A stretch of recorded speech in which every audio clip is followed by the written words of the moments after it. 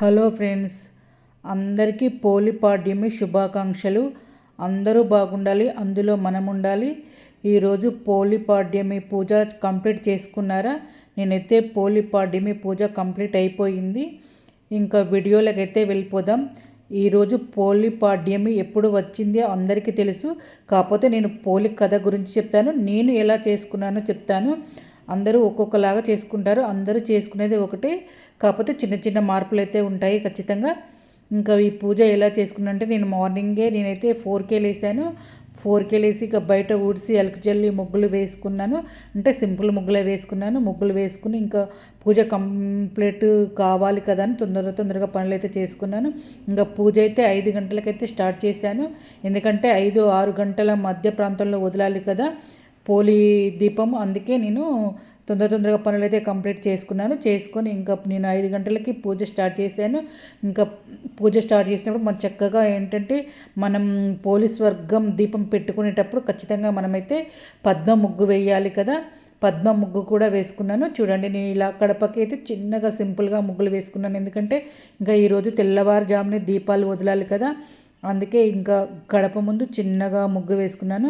మనం ఏ పూజ చేసినా ఏ వ్రతాలు చేసినా మనమైతే ముందుగానైతే ఊడిసి అలుకు జల్లుకొని చక్కగా ఇంటి ముందు ముగ్గులు పెట్టుకున్న తర్వాతనే మనం పూజ అయితే స్టార్ట్ చేస్తాము, అందరికీ తెలుసు. ఇంకా నేనైతే అంటే ఈరోజు నిజంగా చెప్తున్నా, అంటే తొందరగా పూజ కంప్లీట్ కావాలని అసలు నాకు రాత్రి కూడా నిద్ర పట్టలేదు సరిగ్గా. ఇంకా ఈరోజైతే పూజ 5-6 మధ్య ప్రాంతంలో చేసుకోవాలి అనుకున్నాను ఖచ్చితంగా. ఇంకా ఆ టైంలో అయితే పూజ కంప్లీట్ అయిపోయింది. ఇంకా ఈ పూజ ఎలా స్టార్ట్ చేశాను అంటే పద్మ ముగ్గు అయితే వేసుకున్నాను. చక్కగా బియ్యం పిండితో మాత్రమే వేసుకున్నాను, శుద్ధతో మాత్రం వేయకండి. బియ్యం పిండి వేసుకొని చక్కగా పసుపు వేసి కుంకుమ అయితే వేసుకున్నాను. ఇలా తులసి కోటను సింపుల్గా అలంకరణ చేసుకున్నాను. అలంకరణ చేసుకున్న తర్వాత మనం ముందుగా దామోదరునికి లక్ష్మీ దామోదరునికి అయితే పసుపు కుంకుమ అక్షంతలు వస్త్రము అలాగే ఒక పువ్వు అయితే సమర్పించాను. ఫస్ట్ లక్ష్మీ దామోదరుని స్మరించుకున్న తర్వాతనే మనం పోలి కథలోకి వెళ్ళాలి. నేను లక్ష్మీ దామోదర పూజ ఇలా పూలు అక్షంతలు వస్త్రము పువ్వు సమర్పించి ఒక నమస్కారం అయితే చేసుకున్నాను. తెలియని తప్పులుంటే క్షమించు తండ్రి అని.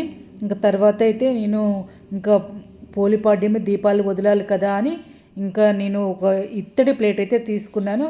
కొంతమంది అయితే స్టీల్ ప్లేట్లు వాడద్దన్నా కానీ అదే వాడుతున్నారు. ఇంకా మనకి అయ్యగారు అయితే చెప్తున్నారు కదా పదే మీరు స్టీల్ వాడద్దు అని. నేను అందుకే ఇంకా నేను స్టీల్ అయితే పెట్టుకోలేదు. ఇత్తడి ప్లేట్ చిన్నది ఉంటే తీసుకున్నాను. దాన్ని చక్కగా ఇలా గంధం పొట్లు పెట్టుకొని దానిపైన కుంకుమ అయితే పెట్టుకొని దాంట్లో పసుపు కుంకుమ అక్షంతలు అయితే వేశాను. ఇంకా వేసి నీళ్ళైతే పోసుకున్నాను. నీళ్లు పోసుకున్న తర్వాత ఇప్పుడు మనం గంగాదేవిని ఆవాహన చేద్దాం. గంగే చ యమునే చైవ గోదావరి సరస్వతి నర్మదే సింధు కావేరి జలస్మిన్ సన్నిధం కురు. పోలిపాడ్యమి విశిష్టత, పోలి కథనైతే తెలుసుకుందాం మనం. పోలిపాడ్యమి కార్తీక అమావాస్య మరునాడు వచ్చే రోజునే పోలిపాడ్యమి అంటారు. ఈ రోజు నుండి మార్గశిర మాసం ప్రారంభమవుతుంది. కార్తీక మాసం శివుణ్ణి పూజిస్తే మార్గశిర మాసంలో విష్ణుమూర్తిని పూజిస్తారు. పోలిపాడ్యమి రోజున మహిళలు యువతులు అరటి డొప్పల్లో దీపాలు వెలిగించి నీటి కొనల్లో చెరువుల్లో నదుల్లో పసుపు కుంకుమలు వదులుతారు. ఇలా ఎందుకు చేస్తారు, దానివల్ల కలిగే ఫలితాలు ఏంటో తెలుసుకుందాం. కార్తీక మాసం పూర్తి కాగానే గుర్తుకు వచ్చేది పోలి స్వర్గ కథ.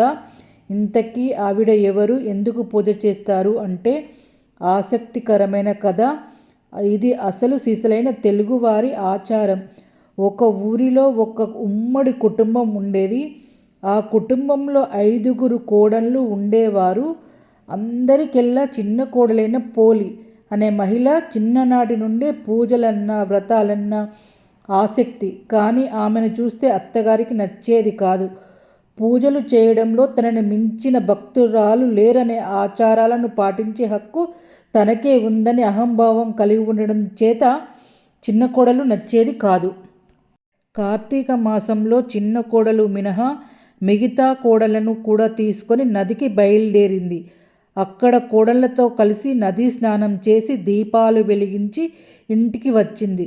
తను దీపం పెట్టి వచ్చేలోగా చిన్న కోడలు తనకంటే ముందుగా దీపారాధన చేస్తుందేమోనని ఇంట్లో ఉండే పూజా సామాన్లన్నింటినీ తన వెంటనే తీసుకువెళ్ళింది. కానీ పోలి దీపం పెట్టకుండా చేసిన ప్రయత్నాలు మాత్రం ఫలించలేదు. పెరటిలోని పత్తి చెట్టు నుండి పత్తిని తీసి దానితో వత్తి చేసింది పోలి. కవ్వానికి ఉన్న వెన్నెను ఆ వత్తికి రాసి దీపం వెలిగించింది. ఆ దీపం ఎవ్వరికీ కనిపించకుండా దానిపై ఒక బుట్ట బోర్లించింది. కార్తీక మాసమంతా ఇలా నిర్విఘ్నంగా దీపాలు వెలిగించింది పోలి. ఆఖరి రోజైన అమావాస్య రోజు రానే వచ్చింది. ఆ రోజు నదీ స్నానం చేసి దీపారాధన చేసేందుకు బయలుదేరింది అత్తగారు. వెళ్తూ వెళ్తూ పోలికి ఎక్కడ లేని పనులన్నీ అప్పజెప్పి దీపాలు పెట్టే తీరిక లేకుండా చేసింది. కానీ పోలి ఎప్పటిలాగే ఇంటి పనులన్నీ ముగించుకొని దీపాలు వెలిగించింది.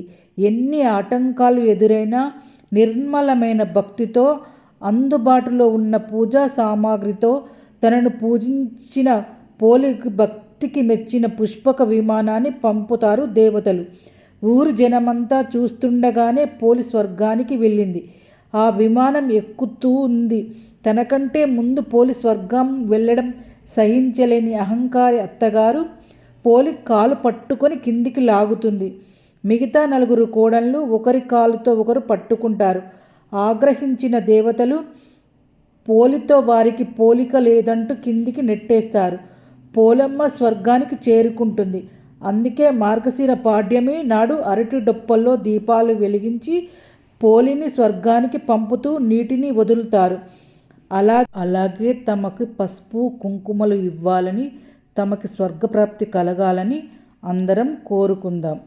చెప్పడంలో ఏమైనా తప్పులు ఉంటే క్షమించండి. దీపం పెట్టేటప్పుడు చదువుకోవలసిన శ్లోకం: కార్తీక దామోదర, గయా దామోదర, ఆత్మ దామోదర, లింగ దామోదర, మోక్ష దామోదర, కృత్తికా మహాలక్ష్మి. నువ్వు పోలమ్మను ఎలా స్వర్గానికి పంపినావో నన్ను కూడా అలా స్వర్గానికి తీసుకువెళ్ళు. లక్ష్మీ దామోదర, రాధా దామోదర. గోరంత పసుపు కుంకుమను తీసుకుని కొండంత పసుపు కుంకుమను మాకియ్యవమ్మా. ఈ లక్ష్మీ దామోదర అనుగ్రహం అలాగే పోలి అనుగ్రహం మనందరిపైన ఉండాలని నేనైతే మనస్ఫూర్తిగా అయితే కోరుకుంటున్నాను. ఈ వీడియో నచ్చితే మాత్రం తప్పకుండా లైక్, షేర్, సబ్స్క్రైబ్ చేయడం అయితే మర్చిపోకండి.